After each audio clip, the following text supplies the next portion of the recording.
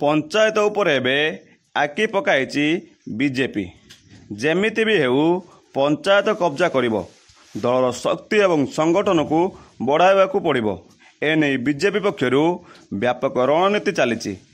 चलित मासरू बीजेपी पंचायत स्तरीय संगठन को सुदृढ़ पाई व्यापक प्रस्तुति चलाई बोली तथ्य रहुछि।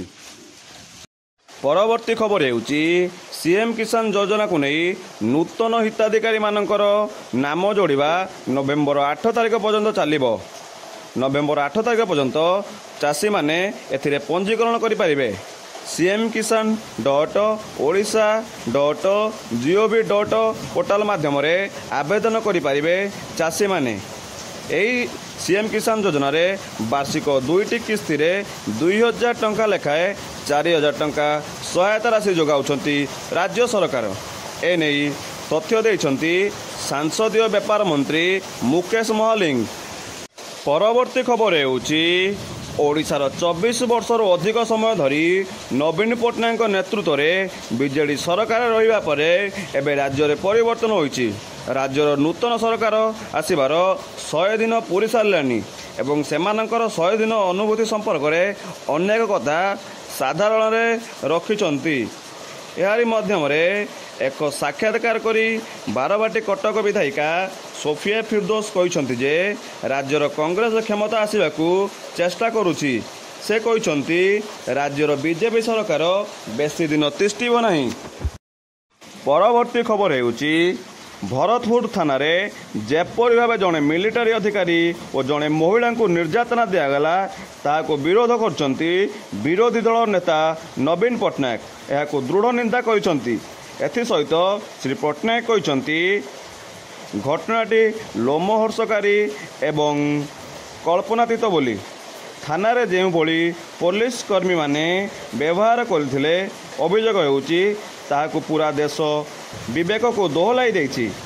ओडिशा भितर जड़े मिलिटारी अधिकारी एवं जड़े महिला प्रति एपरी अत्याचार को अत्यंत दुखदायक बोली कहते श्री पट्टनायक।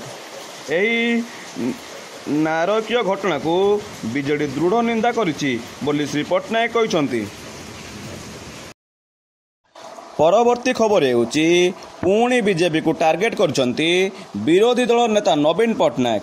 बौद्ध और बरगढ़ जिलार कर्मकर्ता को उद्बोधन बेले बीजेपी सरकार को ऊपर प्रबल बरसुचंती नवीन पट्टनायक। से कहते लोकों को मिछ कही बीजेपी राज्य रे क्षमता को आसीछि।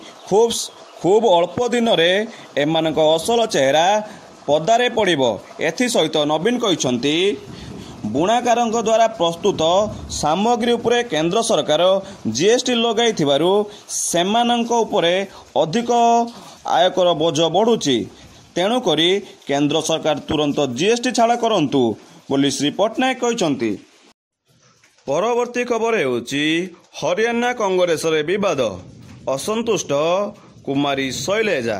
बीजेपी याकू बड़ प्रसंग करिछि बोली तथ्य रहुछि। परवर्ती खबर हेउछि भत्ता पाई हंतसंत हेले 80 वर्षीय बुद्धा। गुरुंडी पंचायत गले 80 वर्षीय बुद्धा एवं यही घटना घटी केन्दुझर जिला तेलकोई ब्लॉक राईसुआ पंचायत बोली तथ्य रहुछि। परवर्ती खबर हेउछि एथर कटनी छतनी बंद। मिलर हुंतु कि डीलर लोकों चाउल किंबा चाषी धान जीए भी काटिबो ताकू क्षमा करा जीवनी कि छड़ा जीवनी। राज्यर खाद्य जोगाण एवं खाउटी कल्याण मंत्री कृष्णचंद्र पात्र खोर्धा एवं बरगढ़ जोगाण विभाग समीक्षा अवसर में एमिति ढंगरे चेतावनी देइछंती। परवर्ती खबर हेउछि आगकू आसुची पार्वणर महासंभार। आश्विन मास धरावतर करने को जाउछंती जगज्जननी मां दुर्गा। एथिपाई राज्य सारा समस्त स्कूल छुट्टी घोषणा करा जायछि। आसंता अक्टोबर 1 तारिख ठारू स्कूल छुट्टी हेबा नहीं घोषणा करा जायछि। लगातार 15 दिन ए छुट्टी को उपभोग करिवे स्कूल छात्र छात्री बोली तथ्य रहुछि। परवर्ती खबर हेउछि भरतपुर थानारे घटिथिबा जघन्य कांडकु नहीं प्रबल वर्षिचंती पूर्वतन मुख्य शासन सचिव विजय पट्टनायक। जड़े सेनार अधिकारी और तांको बांधवी को अकथनीय निर्यातना देइथिबा पुलिस अधिकारी को कहीं एपर्यंत जाए गिरफ करा जाउनी बोली प्रश्न करिसंती विजय पट्टनायक। परवर्ती खबर हेउची केन्दुझर रे बृहत इस्पात कारखाना प्रतिष्ठा हेबो बोली मुख्यमंत्री मोहन माझी आज लाइफ सर्विस ग्रुप ट्रस्ट तृतीय वार्षिक उत्सव रे जोग देई कहिसंती। से कहिसंती केन्दुझर मेगा स्टील प्लांट करिवा पई विभिन्न कंपनी मानक सहित आलोचना चली।